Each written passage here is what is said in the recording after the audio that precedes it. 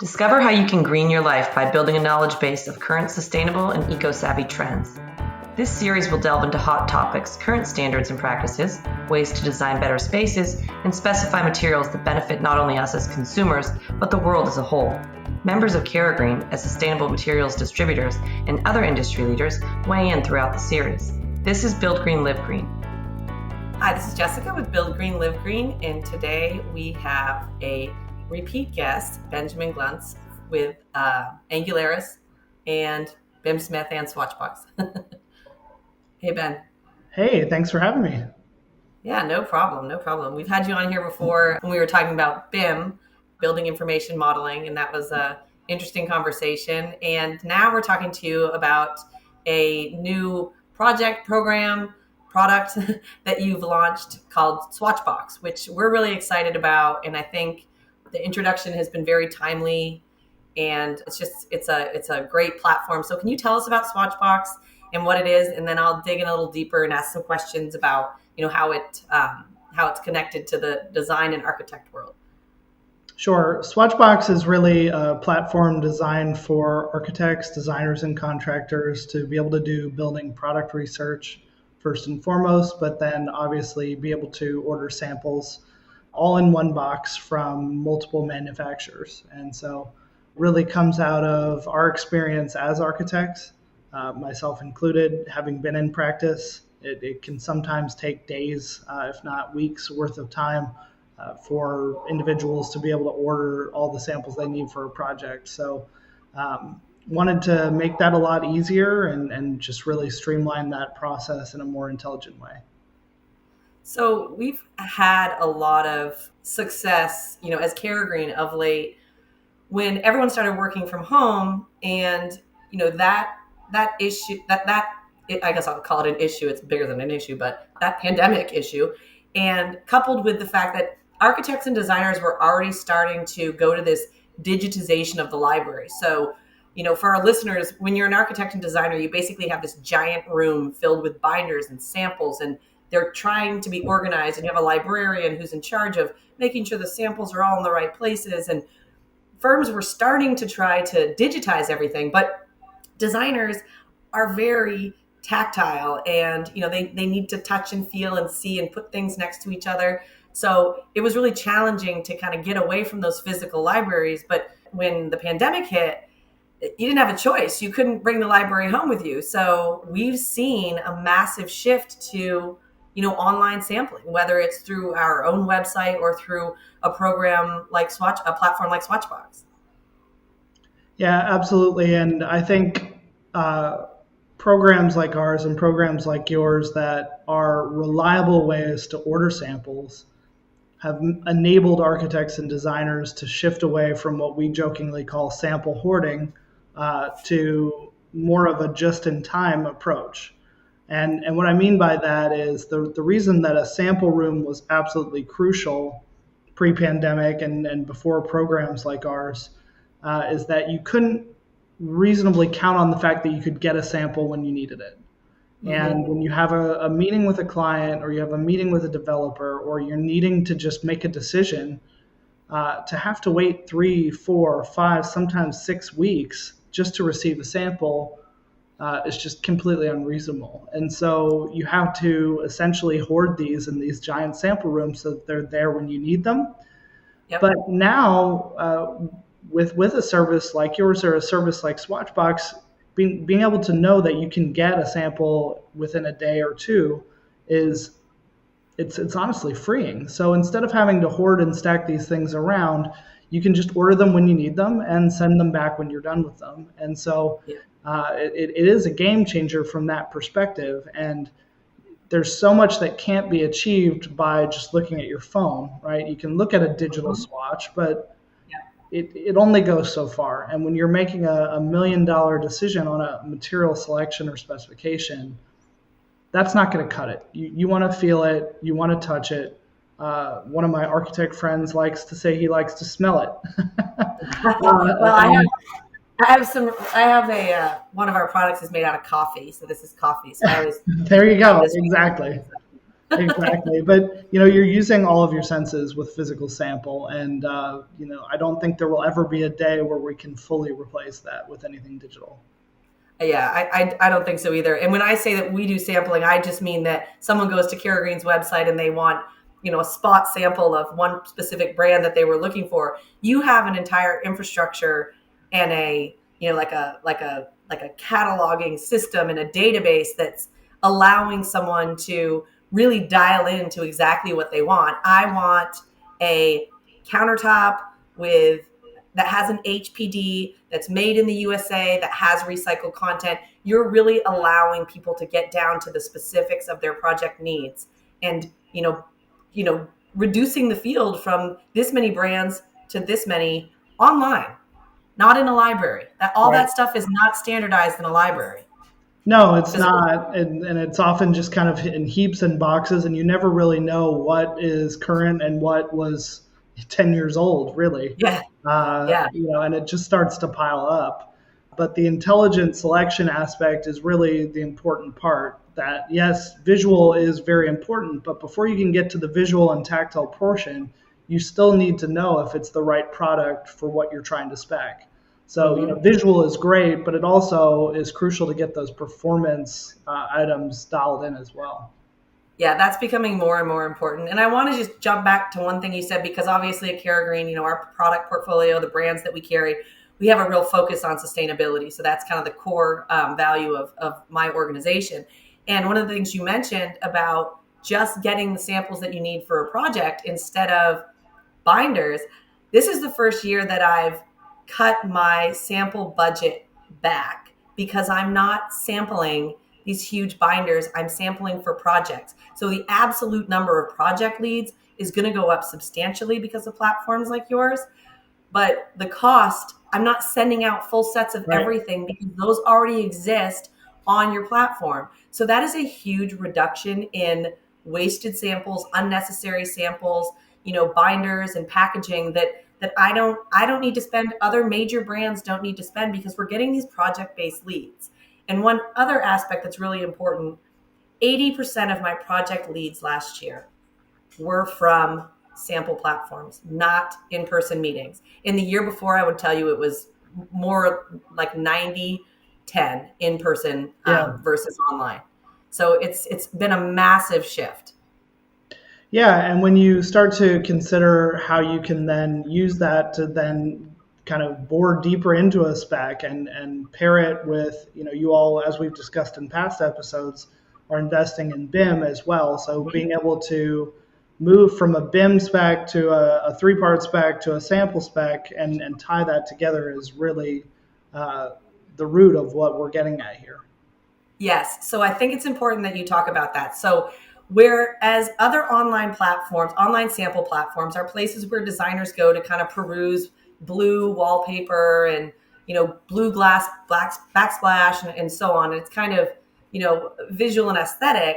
You're coming at it from a technical, architected, 3D modeling environment. So you're getting, BIM has started to grow, and you're connecting your sampling to that end of the process. Can you talk a little bit about that and why you guys have invested in that space versus simply just trying to build an online sample platform?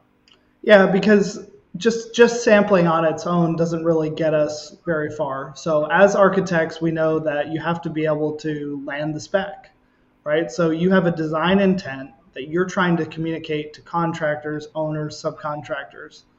And, as architects and designers, we have to work really hard to make that actually come to fruition, because our name goes on the building, our name goes on the stamp, on the drawing. And if it doesn't perform the way we intend, then, it's a ding on our credibility as well. So, from our perspective, sampling is just a part of the journey to getting a product selected, but then also installed and ultimately maintained properly across that entire life cycle, from the initial idea where you're inspired to use XYZ marble or XYZ solid surface. That's just an idea, and you have to get it all the way through to the execution. And so that's really our job as design professionals, to every step of the way continue to clarify how and why a product should be used in the way that we're saying it.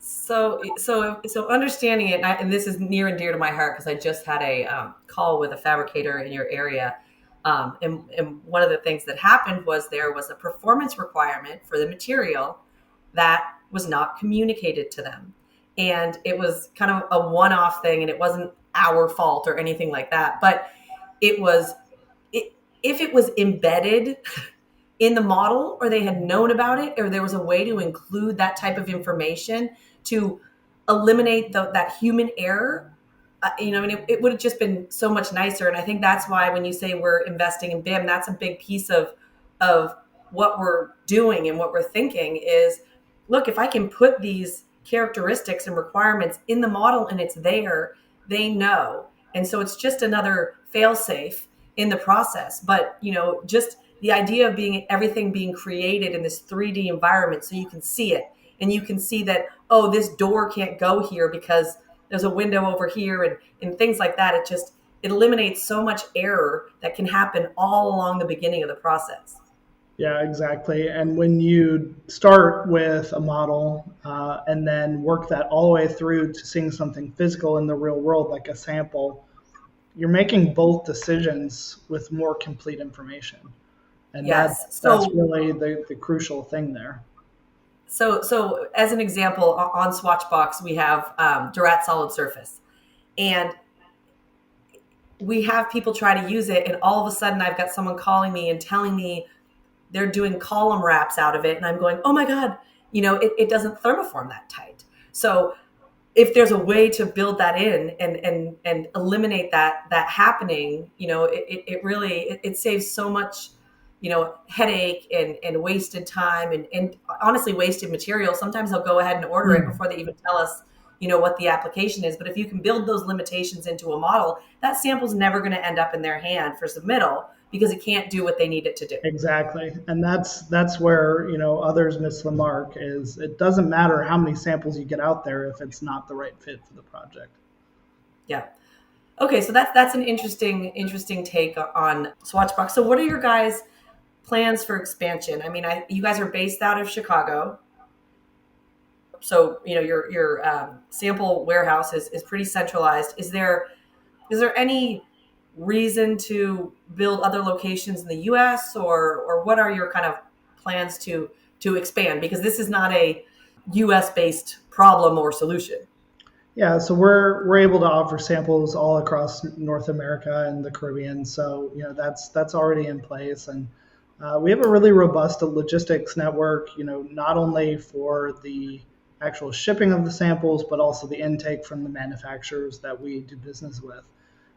So there will be lots of exciting news over the coming year as we expand that, and glad to have Durat and Cara Green as partners as we do that. Yeah, absolutely. I mean, we're really excited about it, and it's rare for a distributor, with the number of brands that we have to really kind of get into these platforms. But I just think it's such a service right now because I maintain and have been pretty vocal about this, that I think the outside salesperson has changed forever. And, I've challenged my own outside people to tell me what they're doing with all that time that they used to be meeting with people in person, because there's still going to be some of that. But what are you backfilling that time with? Because I'm investing in all these online resources to bring project leads in. I'm investing my headcount in inside salespeople that are tracking those projects. Yeah. And my outside people are becoming territory managers. I want them to know which school bond passed, which government resources are being allocated to your territory. Yeah, exactly. You understand your whole geography, not just how many architects' offices you can go into this week. Right. And that's where, layering information from BIM projects and sampling projects and specification projects, looking at places like Dodge Data and Analytics or Construct Connect and starting to layer that information, that's where you can really start to get a more complete picture. Yeah. And you guys have some big names on Swatchbox, and I'm watching, I think I saw you announce Duracell the other day as well. And I think these platforms, it's critical mass, And then when designers know they can go there and get a solution for everything they need, that is, it's imminent and it's kind of preordained at this point. And in transparency, that's another thing we've invested in this year. People want to know about circularity. They want to know the embodied carbon. They want to know that you have an HPD. So those requirements are not going away. And platforms like Swatchbox, bringing all that together and letting them sort and filter on that is going to be invaluable to architects and designers. Yeah, it's absolutely critical that we just make that easy, because you're right. It's no longer nice to have. It's becoming permission to play for many firms to work with them. So we need to be able to put that information front and center. So can you tell us, as we kind of wind up here, just tell our listeners where to find Swatchbox and how manufacturers, kind of apply to get on there? What is, and maybe just touch on the business model a little. I didn't have you do that yet. Yeah, so for architects and designers, it's totally free to order samples, as you might expect. Manufacturers pay to syndicate their products through our platform. You can learn more by going to swatchbox.com, but we'd love to chat with you if you're looking to add products to the lineup. As Jessica said, the more brands that we see on here, the better everybody does. So one thing that's worth noting is that it's not limited to just interior finishes. We also work with a number of exterior companies.